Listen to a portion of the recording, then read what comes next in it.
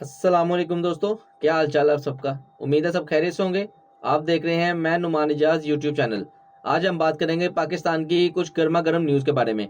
सबसे पहली बात जो कि पिछले दिनों एक बहुत ट्रेंडिंग में रही, शुएब अख्तर की वो स्टेटमेंट जो कि उनको नहीं देनी चाहिए थी बाबर आजम के खिलाफ। क्योंकि शुएब अख्तर हमारे खुद एक कौमी हीरो हैं, कौमी नहीं इंटरनेशनल हीरो हैं, जिनका एक रिकॉर्ड ना जाने और कितने सालों तक कायम रहेगा।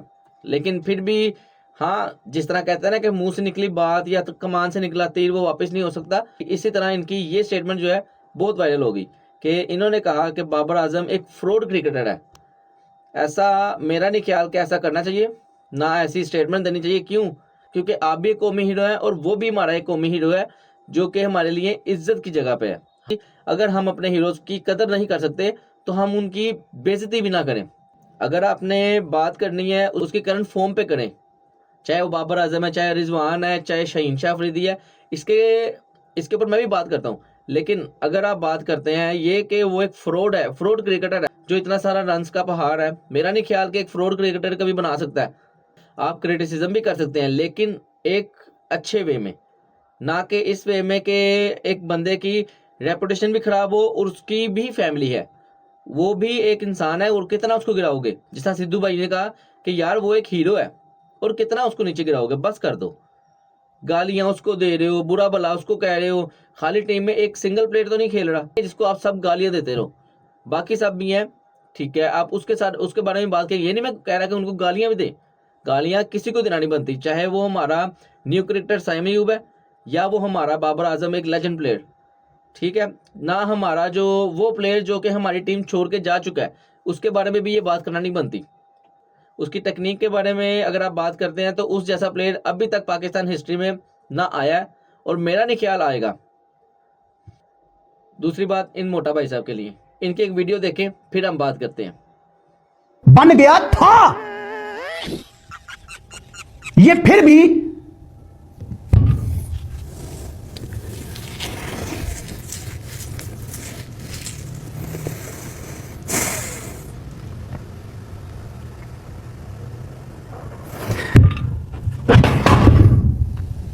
देखा आपने इनकी माशाल्लाह एक्टिंग स्किल्स की मैं दाद दूंगा। इनके ऊपर एक्टिंग खत्म है। क्यों? क्योंकि इन्होंने अब जर्नलिज्म छोड़ के एक्टिंग की तरफ अपना रुझान कर लिया। एक मैं अभी आपसे टॉपिक शेयर किया जिसमें शुएब अख्तर ने बाबर आजम को फ्रॉड कहा, इसी टॉपिक के ऊपर इनकी एक वीडियो है। आप लेकिन उस वीडियो से पहले मैं आपको इनकी एक वीडियो दिखाना चाहता हूं, आप ये वीडियो देखें। डूब मरने का मुकाम है पाकिस्तान टीम के लिए, बल्कि आप एक काम करें, स्पेशली शान मसूद और बाबर आजम ये चुल्लू भर पानी लें और उसमें डूब जाएं आप। और आप इसकी दूसरी वीडियो देखें। हमारा ही बच्चा है ना बाबर आजम, हमारे पाकिस्तान का ही बच्चा है ना, हमारे पाकिस्तान का ही खून है उसमें। हमारी मट्टी से ही खड़ा होकर वो पाकिस्तान के लिए खेलने जाता है। गंदी क्रिकेट खेल रहा है उस पर हम अभी आते हैं, लेकिन फ्रॉड नहीं कहना, क्योंकि ये इंशाल्लाह जब कल पाकिस्तान को जितवाना शुरू करेगा तो फिर हम छुपेंगे यार हमने इसको कभी फ्रॉड कहा था, तो ऐसे लफ्ज इस्तेमाल नहीं। अब आप ये देखें ये क्या दोगलापन नहीं है। जिस तरह वो अशनीर गोर कहता है कि क्या तुम्हारी मैं दोगलापंथी बाहर निकालता हूँ, इसी तरह मैं भी इनकी बात यही करूंगा, मैं भी इनकी दोगलापंथी बाहर निकालना चाहता हूँ। क्यों? क्योंकि अब आपने अगर आप बात करो तो वो ठीक है बाबर आजम के खिलाफ, चाहे वो चुल्लू भर पानी में डूब मरने की बात हो या कुछ भी हो। और एक दूसरे बंदे ने अगर फ्रॉड का वर्ड, फ्रॉड बहुत छोटा वर्ड है जो तुमने कहा कि चुल्लू भर पानी में डूब मरो, उससे बहुत छोटा वर्ड है फ्रॉड का, जिसको तुम लेके इतनी बड़ी वीडियो तुम बना रहे हो। और जो तुमने पिछले दिनों वीडियोस बनाई है, तुमने इतनी बातें बाबर आजम के खिलाफ की, उसकी कोई वैल्यू नहीं। यार तुमने बाबर आजम के खिलाफ पिछले दिनों वीडियो बनाई, उसमें जो तुमने स्टेटमेंट्स दी तो तुम्हें नहीं पता। बस ये देखना है कि उस बंदे ने बात कर दी, चलो जी उस बात को लेके चले, क्योंकि ट्रेंड में चल रहा है तो हम भी लेके चले। बाबर आजम के खिलाफ वर्जी करनी है तो ट्रेंड में चल रही है तो चलो जी हम भी करें। बाबर आजम के खिलाफ वीडियो बनानी है तो हम आगे सबसे पहले, या हम उसके लिए पॉजिटिव वीडियो बनाएंगे। भाईजान ये दोगलापन है। आप अपनी स्टेटमेंट्स को खुद देखें और खुद उस पर गौर करें कि उसको कैसे ठीक करना है। जब तक आप खुद को नहीं ठीक कर सकते आप किसी और को भी तनकीद नहीं कर सकते। बहरहाल इन्हीं के बारे में तो विक्रांत गुप्ता ने कहा था कि हमारे डिजिटल मीडिया पे, पाकिस्तानी डिजिटल मीडिया पे जो लोग बैठे हुए हैं वो इतनी गलाजत भरी जर्नलिज्म कर रहे हैं जिसकी हद कोई नहीं। गालियां वो दे रहे हैं, बुरी भली स्टेटमेंट वो दे रहे हैं। आप ही के बारे में बात की थी भाईजान, क्योंकि ये अल्फाज एक कौमी क्रिकेटर के लिए या किसी भी इंसान के लिए जायज़ नहीं है, उसके लिए नहीं यूज़ करना चाहिए। काइंडली इस चीज़ का ख्याल रखें कि आपको लोग देखते हैं, आपकी वीडियोस पे व्यूज़ आते हैं, जिस तरह का आप बोलेंगे वही आपके व्यूवर्स आगे बोलेंगे। इसीलिए अपने अल्फाज का चुनाव बेहतरीन तरीके से करें। अब बात करते हैं पाकिस्तान की न्यू स्क्वाड की, जो कि न्यूजीलैंड के खिलाफ अनाउंस हुई है और 90% श्योरिटी है कि यही टीम होगी जो कि मैं आपको बताने लगा हूँ।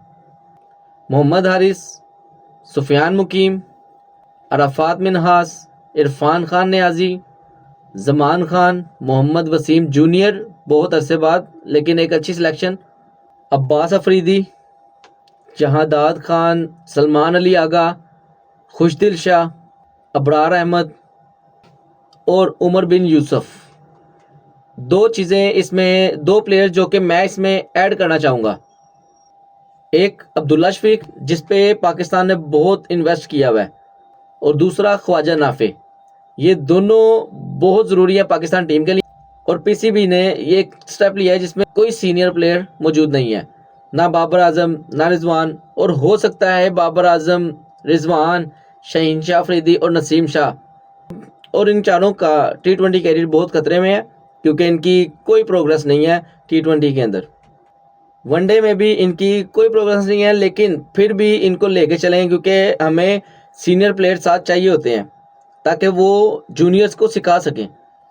लेकिन मेरे ख्याल में तो इनको ये दो चीज़ें करनी चाहिए, एक अब्दुल्ला शफीक और दूसरा ख्वाजा नाफे, इन दोनों को ऐड करना चाहिए इस स्क्वाड के अंदर, क्योंकि अभी 15 रुकनी स्क्वाड का ऐलान होना है, क्योंकि अभी ये 12 रुकनी टीम का ऐलान हुआ है। अभी 3 और प्लेयर ऐसे हैं जो कि अनाउंस होने हैं, जिसमें मेरा ख्याल है कि अब्दुल्ला शफीक और दूसरा ख्वाजा नाफे, इन दोनों को ऐड होना चाहिए, इन दोनों को ज़रूर टीम में रखना चाहिए। हाँ, अभी सायम अयूब इंजर्ड है तो उनकी जगह नहीं बन रही, और फ़खर जमान भी इंजर्ड है, नहीं तो उनकी जगह वनडे, T20, टेस्ट कहीं भी जगह हो, फ़खर जमान की जगह ज़रूर बनती है।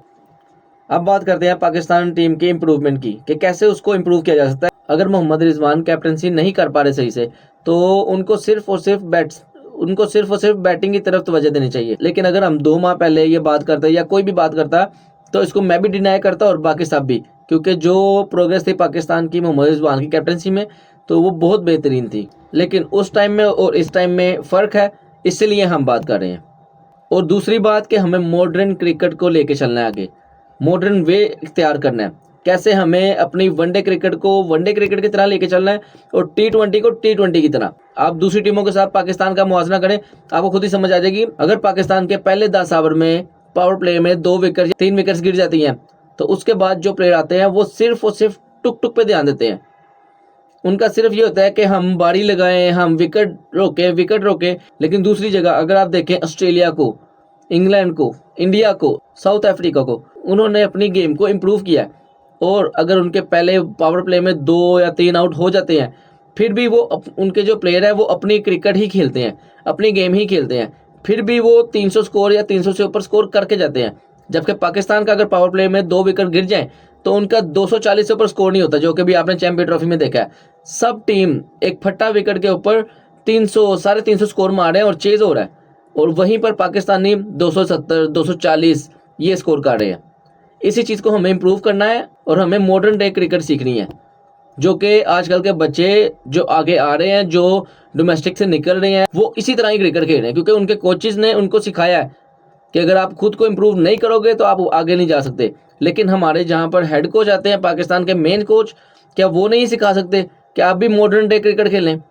और इनको स्पिनर्स को ऐड करना चाहिए, जिसमें लेग स्पिनर, ऑफ स्पिनर, एक ऑलराउंडर स्पिनर, ये 3 होने चाहिए लाजमी पाकिस्तान में। लेग स्पिनर सुफियान मुकीम बहुत बेहतरीन स्पिनर है, आप उनको यूज़ करें तो वो आगे चल के एक बहुत बेहतरीन बॉलर बन सकते हैं, क्योंकि उनकी बॉल में पेस है, उनकी बॉल में टर्न है। दूसरी बात, अबरार अहमद एक बेहतरीन स्पिनर, और तीसरा एक साजिद खान, जो कि हमारे टेस्ट में विकेट टेकर बैट्समैन, जो कि हमारे टेस्ट में विकेट टेकर बॉलर हैं। उन्होंने अपने इंटरव्यू में भी बताया था कि मैं पहले एज अ बैट्समैन खेलता था, फिर मैं बॉलिंग पे शिफ्ट हुआ, तो मींस वो बैटिंग ऑलराउंडर है। ये 3 स्पिनर, जिसका मैं कहता हूँ सुफियान मुकीम, अबरार अहमद और तीसरा साजिद खान, ये 3 स्पिनर लाजमी हमें लेके जाने चाहिए। आगे हमारी वनडे क्रिकेट में या T20 में हमें इनको यूज़ करना चाहिए। सबसे पहले हमें साजिद खान को PSL में यूज़ करना चाहिए। क्यों? क्योंकि हम PSL में यूज़ करेंगे, PSL में लेके जाएंगे, हमें पता लगेगा कि वो T20 में कैसी बॉलिंग कर सकते।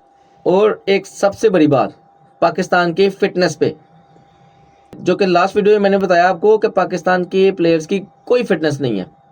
हमें पाकिस्तानी प्लेयरों की फिटनेस टेस्ट करवाने होंगे, जो कि काफ़ी अरसे से मेरा नहीं ख्याल के हुए होंगे, क्योंकि अगर हुए होते तो उसमें नसीम शाह, शाहीन शाह अफरीदी और बाबर आजम ये सब के सब फ्लॉप होते, क्योंकि इनकी कोई फिटनेस नहीं है।